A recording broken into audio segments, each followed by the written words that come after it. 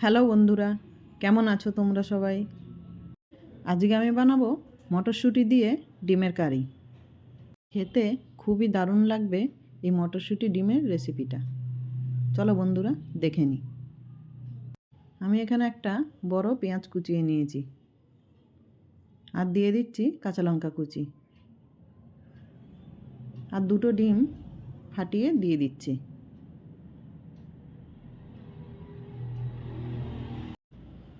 দিয়ে দেবো নুন আর দিয়ে দিচ্ছি 1 চিমটি হলুদ। একটা কাঁটা চামচ দিয়ে ডিম আর পেঁয়াজটা মিশিয়ে নিচ্ছি।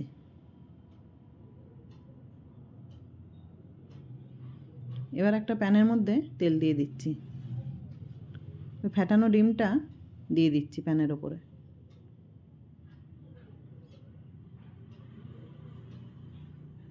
খুন্তি দিয়ে একটু ছড়িয়ে দিচ্ছি। এবার এই ডিমটা এরকম রোলের মতো উঠিয়ে নিচ্ছি।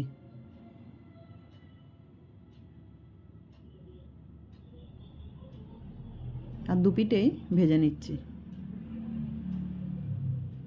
ডিমটা ভাজা হয়ে গেছে, এবার তুলে নেব। আমি আরও একটা ডিম ভেজে নিয়েছি। এবার ডিমটা একটা ছুরি দিয়ে পিস পিস করে কেটে নিচ্ছি। দেখো বন্ধুরা, ডিমটা কাটা হয়ে গেছে। এবার একটা কড়াতে তেলের মধ্যে দিয়ে দেব মটরশুঁটি। সামান্য একটু হলুদ দিয়ে মটরশুঁটিটা ভেজে নিচ্ছি। মটরশুঁটি ভাজা হয়ে গেছে, এবার তুলে নেব।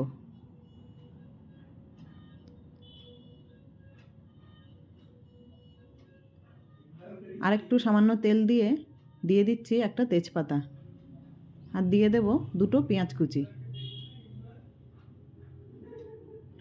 পেঁয়াজটা নেড়ে নিচ্ছি। পেঁয়াজটা লাল করে ভাজা হয়ে গেছে, এবার দিয়ে দেব 1 চামচ আদা রসুন বাটা। আবারও একটু নেড়ে নিচ্ছি। দিয়ে দেব 1 চামচ লঙ্কা গুঁড়ো। দিয়ে দেব হলুদ আর দিয়ে দিচ্ছি জিরে গুঁড়ো আর দিয়ে দেব একটা টমেটো পিউরি। টমেটোটা সেদ্ধ করে আমি পেস্ট বানিয়ে নিয়েছি। এবার মশলাটা কষিয়ে নেব। দিয়ে দেব স্বাদমতো নুন আর দিয়ে দিচ্ছি ভেজে রাখা মটরশুঁটি।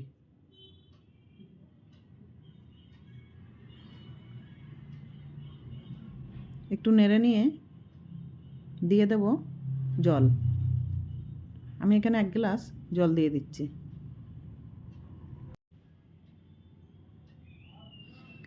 ঝোলটা একটু ফুটে উঠলে দিয়ে দেব ভেজে রাখা ডিমের টুকরোগুলো।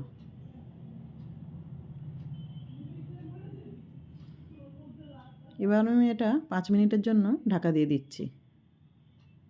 5 মিনিট পর ঢাকা খুলে দেখে নেব।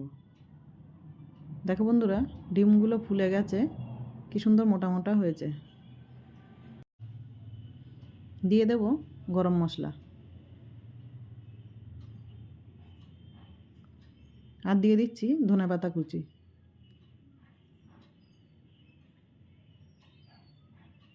বন্ধুরা, ভাজা ডিমের কারিটা পুরো রেডি হয়ে গেছে।